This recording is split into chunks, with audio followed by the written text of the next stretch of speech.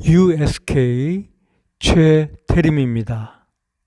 오늘부터 저는 죽음의 선취, 즉 죽음을 외면하지 않고 직시하여 참 자아와 만나고 죽음을 극복하는 길에 대하여 여러분들께 말씀드려보고자 합니다. 이는 이른바 생사이려 사상이라 해도 좋은 것으로 전 철학과 종교의 핵심 주제라 할 수 있는 것입니다. 여기서 죽음의 선취란 죽음의 선구, 즉 죽음으로 미리 달려감, 독일어 원어로는 Vorlaufen in den Tod를 말한 하이데거의 철학을 떠올리게 하는 말이지만 이는 꼭 하이데거의 사상만이라고는 할 수 없습니다. 서양 철학의 원조라 불리우는 소크라테스도 저 유명한 너 자신을 알라는 말로 참 자아의 자각을 철학의 제1과제로 설정하였는데 우리 방송의 표지에 소크라테스가 최후를 맞는 장면을 그린 그림을 사용하게 된 것은 바로 이런 연유에 의한 것입니다. 그 다음 이 방송의 주제가로 우리는 앞으로 계속 기독교의 찬송가 주께 더 나가기 원합니다. 즉 Nearer my God to Thee를 사용할 것인데 그 이유는 핵심적인 면에 있어서는 소크라테스로 대표되는 서양 철학 사상이 기독교 사상과 별반 다르지 않기 때문입니다. 이는 진리가 너희를 자유롭게 하리라 라는 예수 그리스도의 말씀에서 잘 나타나 있습니다.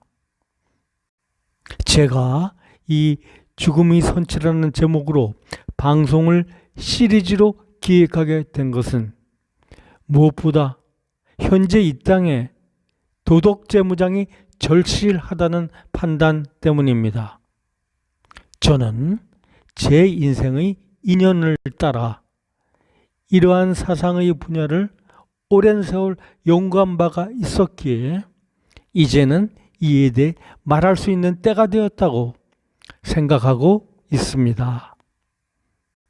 제가 말하라는 요지는 영성, 도 또는 형이상학이라 할 수 있는 것으로 우리가 잃어버린 고향을 되찾아 우리 삶의 안심을 얻고 참 인간으로 바로 서자는 것입니다.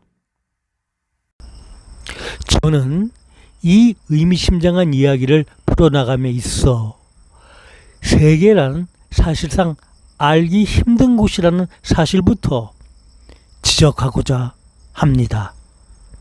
먼저 인간은 본질적으로 평등합니다. 그러나 세상을 가만히 관찰해 보면 인간은 현실적으로 평등하게 태어나지 않습니다. 사람은 우선 태어날 때부터 그 됨됨이나 능력 그리고 성격이 같지가 않습니다. 또한 사람은 태어나는 환경이 같지 않습니다. 이는 처음부터 자라기 좋은 토양과 양지 바른 곳에서 태어나는 나무가 있고 비탈이나 돌틈에 태어나는 나무가 있는 것과 같습니다. 왜 우연히도 어떤 사람은 경쟁에 유리하게 태어나고 또 다른 사람은 불리하게 태어나는가? 이것은 어쩔 수 없는 자신의 운명인가? 아니면 사회가 일부라도 후천적으로 고쳐주어야 할 부분인가? 이는 생각하면 생각할수록 참으로 인생의 오묘한 측면이 아니라 할 수 없습니다. 그렇다면 세상에는 교정 가능한 부조리가 있고 교정 불가능한 부조리가 있는 것입니다. 그런데 우리가 우리의 시야를 더 넓혀볼 때 세상에서 벌어지는 우연한 사고나 까닭물을 대재난은 어떻게 이해할 수 있을까? 세상은 근본적으로 조리가 있는 곳이며 인간은 운명에게 공정을 요구할 수 있는가? 이처럼 세상에는 교정 불가능한 부조리가 있다는 사실이 우리에게 세상이란 쉽게 알 수 있는 곳이 아니라는 사실을 깨닫게 하며 세상은 근본적으로 온전한 곳이 못 된다는 것을 우리에게 가르쳐 줍니다.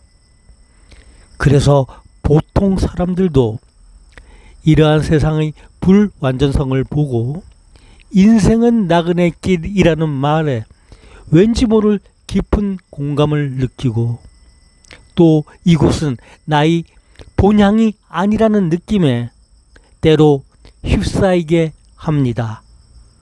이것이 바로 우리 인간으로 하여금 우리가 보는 세계만으로 충분치가 않고 그 너머의 어떤 세계, 학문적 표현으로는 형이상학적 세계를 찾아보게 만드는 한 계기가 됩니다.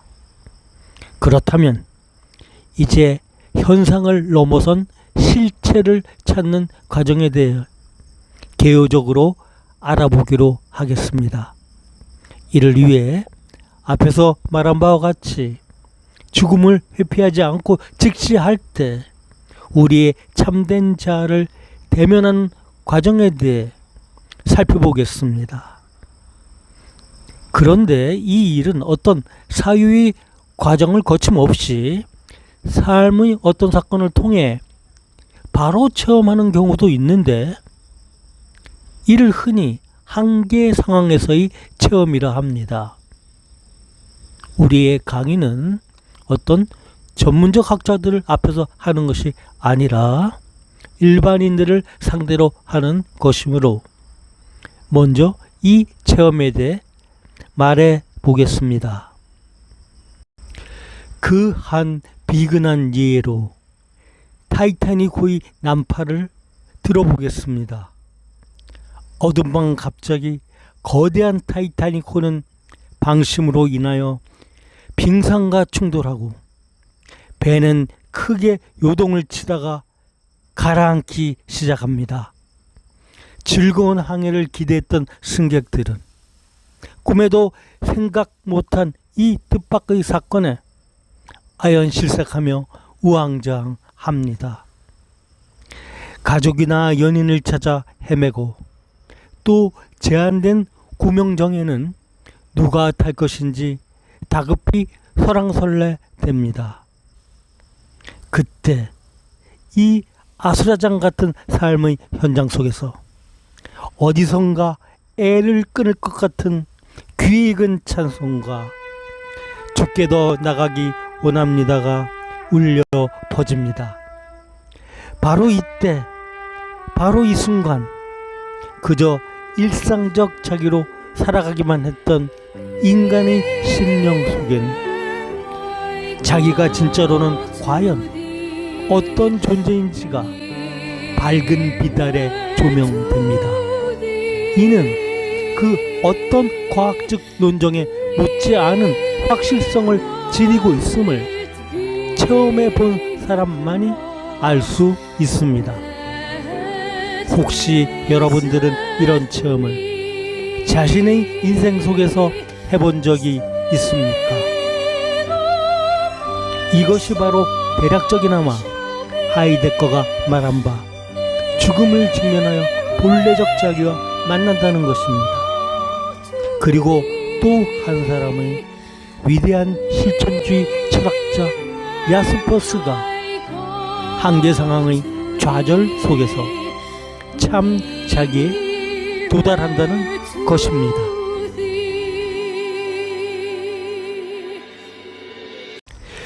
이 사상에 대한 설명은 하이데거보다 야스퍼스를 통해서 하겠습니다. 초심자로서 사실 하이데거의 저서를 이해한다는 것은 거의 불가능한 정도이며 야스펄스의 저서가 보다 구체적이면서도 인간적으로 쓰였기 때문입니다. 야스펄스는 독일이 낳은 세계적인 실존주의 철학자로서 1883년에 태어나 1969년에 서거하였으며 하이델베르그에서 교육을 받고 하이델베르그 대학의 교수로 재직하였습니다. 그는 원래 정신병학을 전공한 의대생으로 후에 전과하여 철학을 전공한 경우입니다. 그래서 그의 철학에는 정신병학과 심리학의 성분이 녹아 있습니다.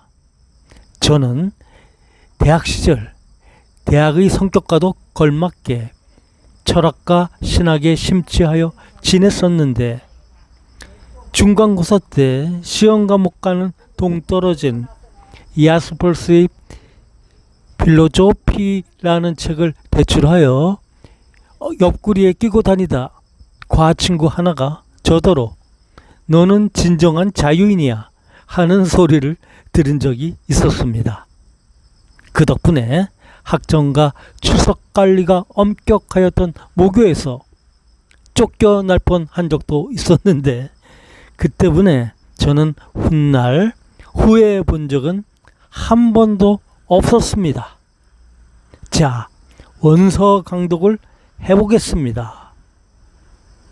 Auf dem Wegen zu G-Selbst stoßt der Mensch auf Grenzsituationen. Er lernt, dass er mit den Fragwürdigkeiten der faktisch-wissenschaftlichen Weltorientierung an den Abgrund des schleien Unbegreiflichen stößt. In Tod, Kampf, Leiden und Schuld zeigt sie die Ausweglosigkeit, ein Scheitern zu verhindern. Nur im Annehmen dieser Situationen kann der Mensch zu seiner eigentlichen Existenz gelangen. 인간은 자기 자신에게로 가는 도상에서 한계 상황들에 직면한다. 그는 사실적인 과학적 세계관이 문제점으로 인하여 완전히 불가한 심연과 조함을 알게 된다. 죽음, 투쟁, 고, 죄책은 난파를 피함에 있어 좌절을 가리킨다. 이 상황을 받아들일 때만 인간은 자신이 본래적인 존재에 도달할 수 있다. 독일어 위키백과 칼 야스펄스 항목 중에서 뽑았습니다. 야스펄스는 이런 체험을 통한 존재 해명을 좌절 속에서 초올라가는 암호를 풀다는 표현을 사용하는데 다소 난해하면서도 멋있습니다. 또 야스펄스의 사종의 한계 상황, 즉 죽음, 투쟁, 고, 죄책은 사실상 불교의 고에서 죽음, 투쟁, 죄책의 굵직한 항목들을 독립시킨 것임을 알 수 있습니다. 이상의 설명들은 최대한 이해가 잘 가도록 노력하여 만들어 본 것이지만 아직 완전한 것은 아닙니다. 이러한 진리는 우리 강의가 진행되는 동안 더 확실하고 더 체계적으로 밝혀질 것입니다. 자, 그럼 이제 Nearer My God to Thee, 즉 주께 더 나가기 원합니다의 오케스트라 공연 실황의 일부를 감상하며 본 강좌를 마칩니다. 잃어버릴 수 없는 것을 잃어버리고 이를 동경하며 슬퍼하는 관중들의 표정이 인상적입니다.